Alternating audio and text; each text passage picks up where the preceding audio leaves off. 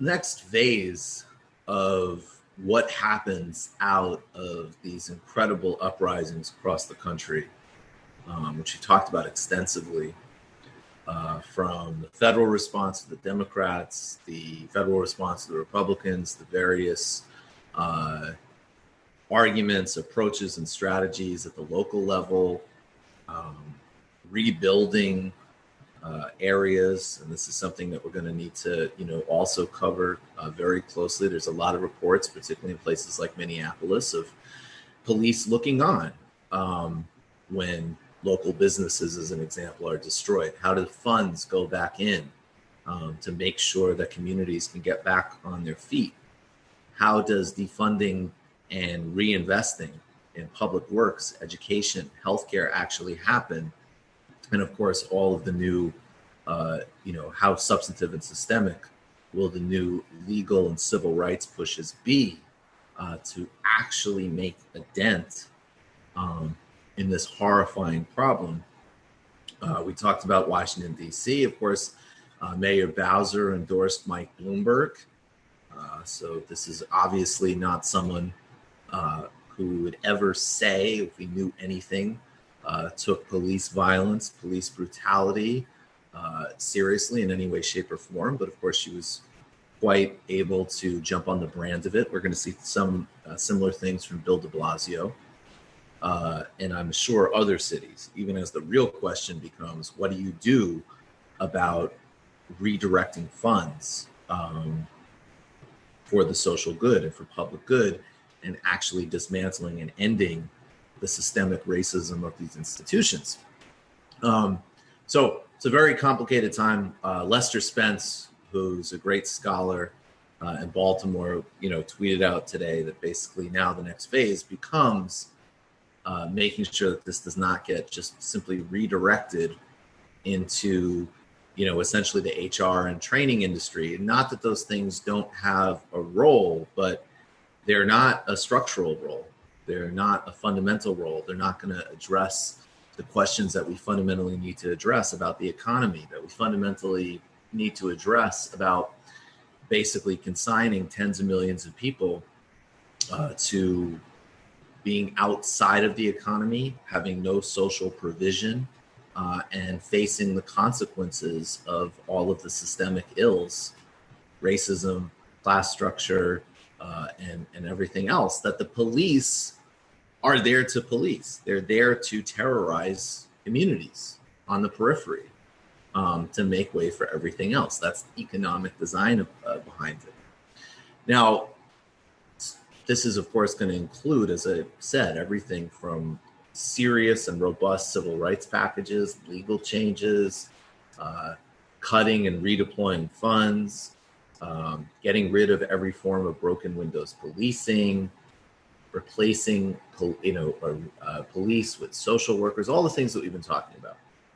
And some of this does include things that even someone like LBJ said needed to happen in the 1960s, that you could never have the substantive, full achievements of the rights revolution if you did not get rid of embedded racism in institutions, and also get rid of the brutal economic inequities that make any discourse on equality a joke.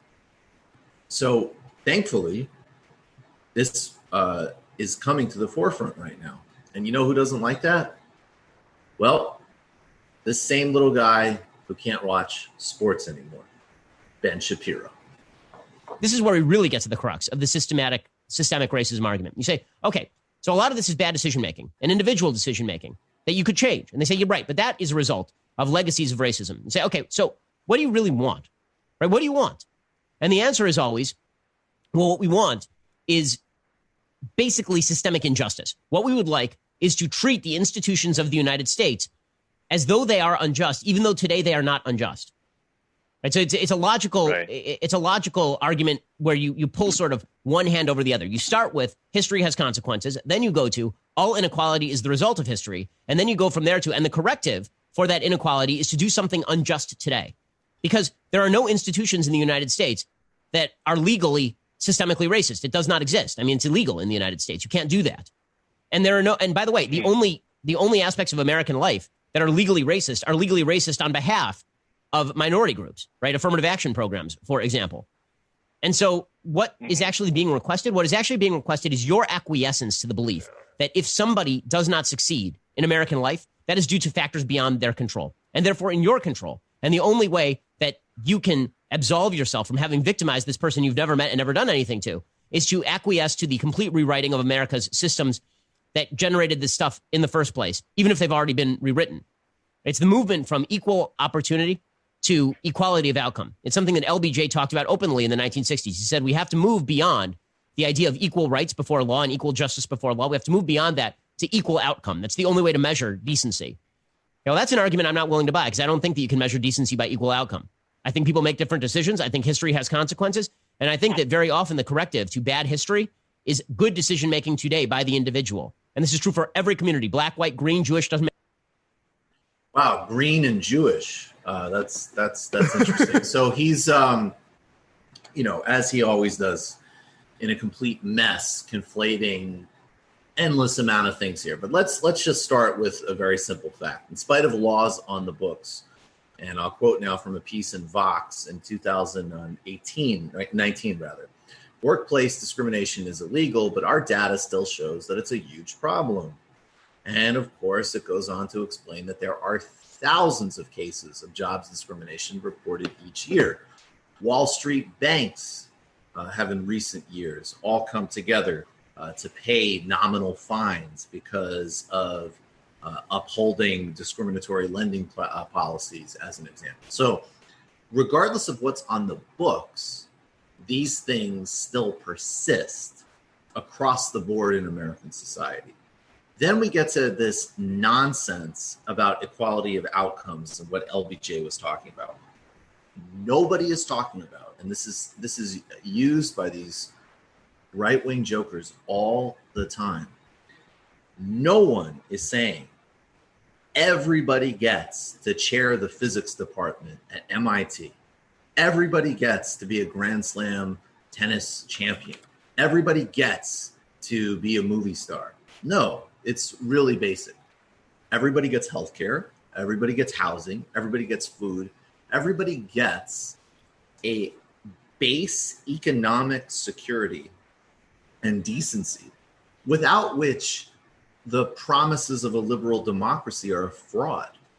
And this is also in the most current wave of, liberal philosophy too, maybe outside of sort of pop intellectualism. But if you read, a Rawls, for an example, they'll say what a liberal society promises in terms of substantive rights essentially is, again, it just isn't real if there's not a significant economics rights dimension.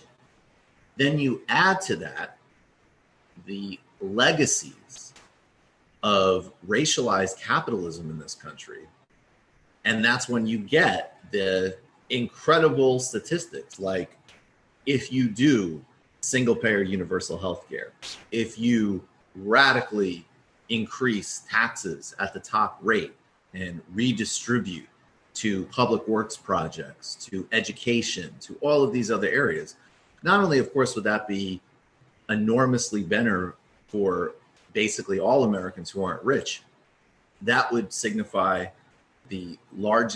some of the largest racial redistributions of wealth in American history because, again, American capitalism has been racialized from its inception.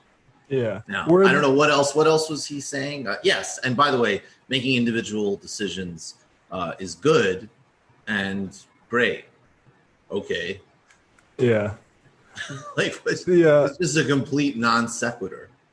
The logic philosopher kind of gives the game away when he says in this tone, all inequality is the result of history. Well, we know that actually most of wealth comes from things like inheritance and proximity to capital generally. So let's say, for instance, if a certain class or type of person was kept out of the major wealth building investment, let's say, for instance, housing, and let's say something like inheritance exists, yes, you're going to see history continue to live on through financial structures. Yeah, I mean that is to snag from Hillary Clinton. That is living history, and there's a reason why you can show stats that essentially look, if you're born there's pretty much nothing that tells you more about the outcome of somebody's life than the income or wealth of their parents. That is the number one metric. You can get into it. So it is actually very funny when he does make that it's the result of history, so we don't do anything about it.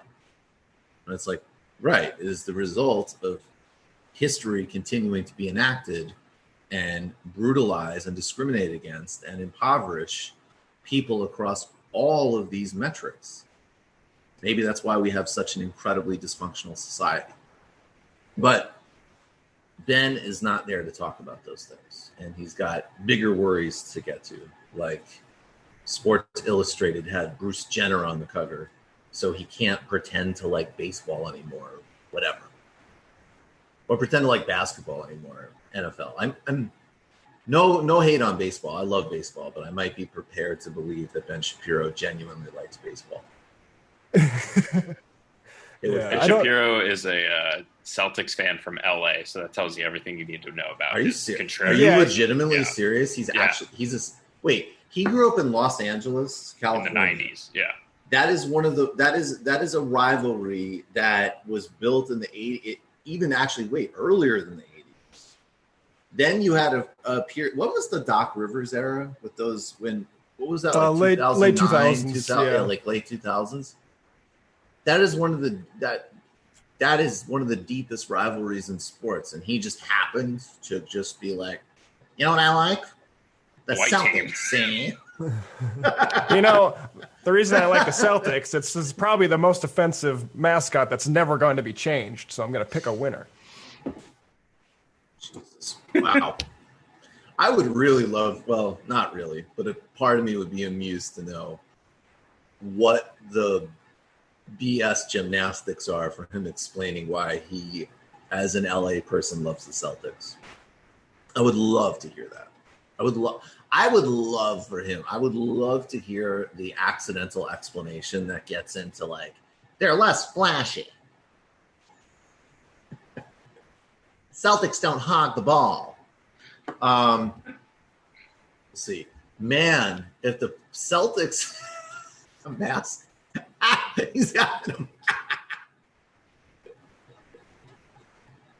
How the hell does someone from LA become a Celtics fan? Spoiler alert, somebody beat them in 2019. If they play like this, though, they dribble the ball around like that. All right.